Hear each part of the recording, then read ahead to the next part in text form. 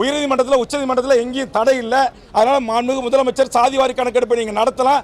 எல்லா சாதிகளுக்கும் அவர்கள் எண்ணிக்கை ஏற்றவாறு இடஒதுக்கீடு வழங்குன்னு நான் சொல்கிறேன். இதை சொன்ன சேகர்பாபு எழுந்து கத்துறாரு.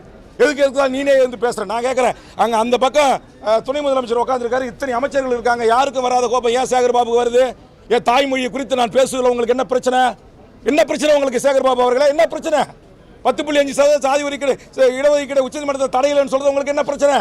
சாதிவாரி கணக்கெடுப்பு நடத்தி தமிழ் சாதிகளுக்கு அவர்களுக்கு எண்ணிக்கை ஏற்றவர்களுக்கு இடஒதுக்கீடு கொடுக்கின்றதுல உங்களுக்கு என்ன பிரச்சனை?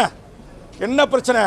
இங்கே மொழிவழி சிறுபான்மையினராக இருக்கக்கூடிய எல்லா மக்களுக்குமாகத்தான் நான் சாதிவாரி கணக்கெடுப்பு நடத்துறேன்.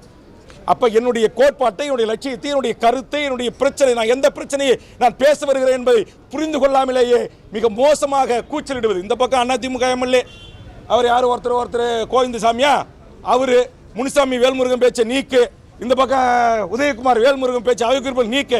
என்ன வேல்முருகன் சட்டத்துக்கு புறமா பேசிட்டான்?